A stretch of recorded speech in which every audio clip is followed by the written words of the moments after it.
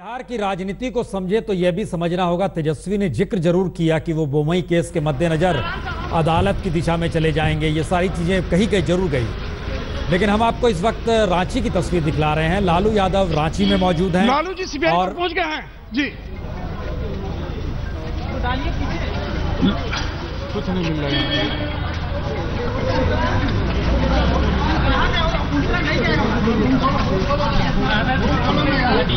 लालू जी सबसे बड़ी पार्टी आपकी, सबसे बड़ी पार्टी वहाँ यहाँ नहीं यहाँ बाहर कर सकते हैं, बाहर सबसे बड़ी पार्टी आपकी है। यहाँ नहीं रुकिए, चलने दीजिए चलने दीजिए ना।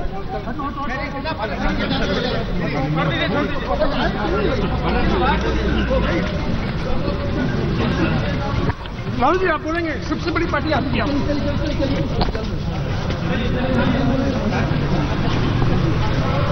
लालू जी सीबीआई कोर्ट पहुंच चुके हैं और ये बारी बारी से 4 जो न्यायालय है उसमें वो पेश होंगे। जो मामला है वो दुमका, देवघर, डोरंडा और चाईबासा का मामला है। छोड़ दे नहीं मिलेगा। आगे बढ़ो, आगे नहीं पढ़ पाइएगा आगे।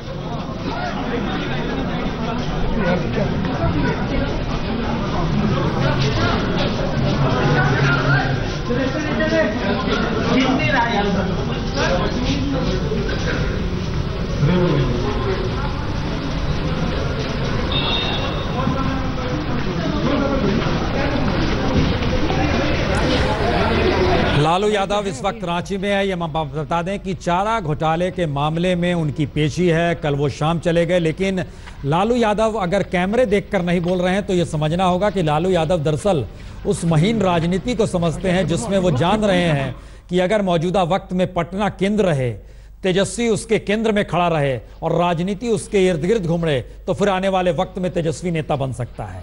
लालू यादव चुनाव लड़ नहीं सकते हैं। उनके ऊपर जो आरोप है और जो राहुल गांधी ने पर्चा फाड़ा था उसी का ये परिणाम है। सीधे राजनीतिक तौर पर उनकी शिरकत हो नहीं सकती है। तो ऐसे में लालू यादव फिलहाल रांची में जरूर है, लेकिन वो अपनी बिसात जरूर बिछा रहे होंगे।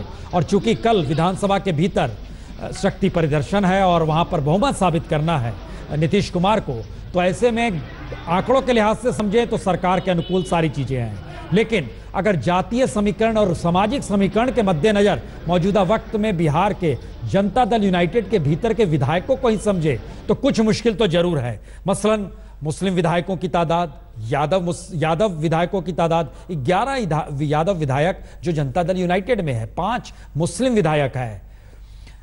और इन सब के बीच जानकारी यह भी आ रही है, चूंकि राहुल गांधी ने धोखा देने का आरोप लगाया है तो नीतीश ने भी राहुल पर पलटवार किया है। नीतीश कुमार लगातार कांग्रेस पर यह आरोप लगाते रहे कि आप विपक्ष के गठबंधन को बनाना तो चाहते हैं, लेकिन आपका डिस्कोर्स क्या है ये कभी कुछ साफ होता नहीं और बिल्कुल ये बात सामने आती नहीं कि हम किस पैरामीटर पे आगे चलेंगे, किस रूप में आगे बढ़ेंगे और उस मुद्दे कौन से होंगे जिसकी जमीन पर हम खड़े होंगे। इसका बहुत तेरी तरीके से उन्होंने कांग्रेस पर भी आरोप बढ़ा। लालू क्या कह रहे हैं ये सुनाते हैं आपको भी हम।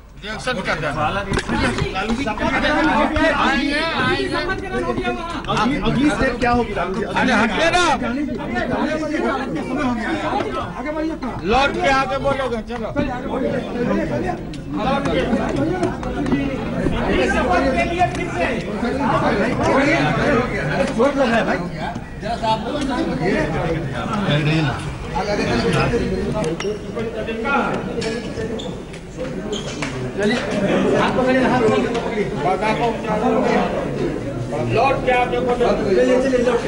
के बोलने का जिक्र कर रहे हैं। जाहिर है अदालत के परिसर में है लालू यादव, वो समझ रहे हैं वहां कुछ नहीं बोला जा सकता है, लेकिन मीडिया की मौजूदगी है।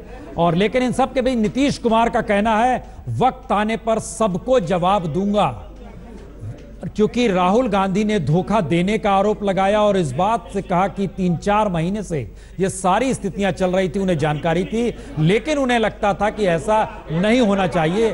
तो नीतीश कुमार ने धोखा दिया और नीतीश कुमार दूसरी तरफ कह रहे हैं कि मैं वक्त आने पर जवाब दूंगा। राहुल इस बीच लालू यादव जो रांची में मौजूद हैं वह इस बात का जिक्र कर रहे हैं, मैं जरा पेशी के लिए हो आऊं तो सीबीआई की विशेष अदालत में उनकी पेशी है रांची में। वो कल शाम ही रवाना हो गए थे और केंद्र चूंकि इस वक्त पटना है, लालू यादव खुद रांची मौजूद हैं, तो जाहिर है लालू का क्या निर्देश उनके अपने कार्यकर्ताओं नेताओं को होगा, इसका इंतजार भी पटना दिल्ली में किया जा रहा है। और ये हम लगातार दिखला भी रहे हैं कि दिल्ली में भी हलचल उनके घर पर है, लेकिन किस दिशा में ये हलचल को ले जाना है ये अभी तक आरजेडी के नेताओं को समझ में नहीं आ रहा है, उनके कार्यकर्ताओं को समझ में नहीं आ रहा है। हाँ, हर की जुबान पे नारे एक ही है कि नीतीश कुमार के खिलाफ हल्ला बोल रखा है उन लोगों ने, और सड़क की राजनीति है। तो बिहार की राजनीति झटके में सड़क की राजनीति पर आएगी और ये आने वाले वक्त में किस दिशा में जाएगी यह भी इंतजार करना होगा। लेकिन नीतीश कुमार ने क्या कहा, पहले ये सुनिए।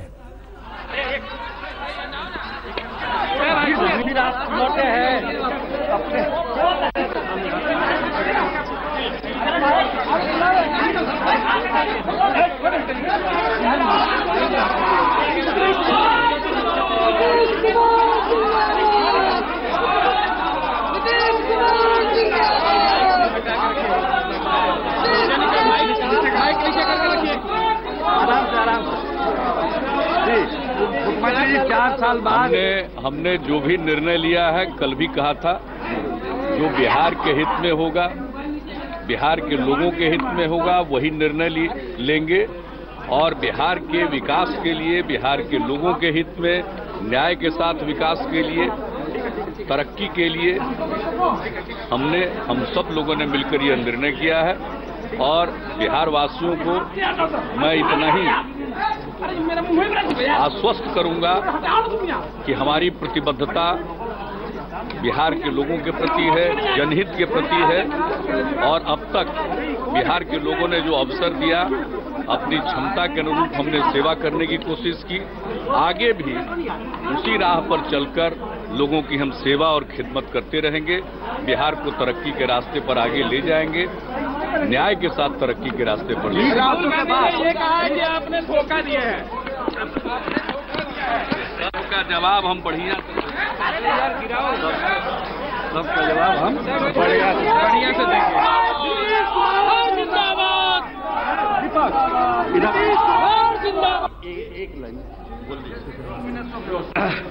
हमारे साथ उप मुख्यमंत्री सुशील कुमार मोदी हैं। मोदी जी, 4 साल बाद फिर से एक बार फिर आप नीतीश कुमार के साथ काम करेंगे, क्या महसूस कर रहे हैं? देखिए, हम लोग के संबंध कभी खराब नहीं रहे और हम लोगों ने मिलकर बिहार के अंदर जिस तरह का विकास था करके दिखाया। तो विकास दर का मुद्दा हो, किसी के क्षेत्र में हो, बिहार को एक नई ऊंचाइयों पर हम लोगों ने मिलकर ले जाने का काम किया था। और फिर हम लोग मिलकर बिहार को और आगे ले जाएंगे और देश के सबसे विकसित राज्यों की श्रेणी में लाकर खड़ा करने का जो हम लोग का संकल्प है, उस दिशा में हम लोग आगे बढ़ने का 20 वर्षों के बाद केंद्र और बिहार में एक ही गठबंधन की सरकार होगी। जनता क्या उम्मीद रखे आप? हम लोग पहले भी कहते रहे हैं, केंद्र राज्य दोनों जगह अगर एक ही गठबंधन की सरकार हो तो और ज्यादा विकास हो सकता है। नहीं तो राज्य केंद्र आपस में लड़ते रहते हैं। तो बहुत वर्षों के बाद मुझे लगता है कि 90 के बाद ये पहला अवसर बिहार को मिल रहा है जब केंद्र राज्य दोनों जगह एक ही गठबंधन की सरकार है।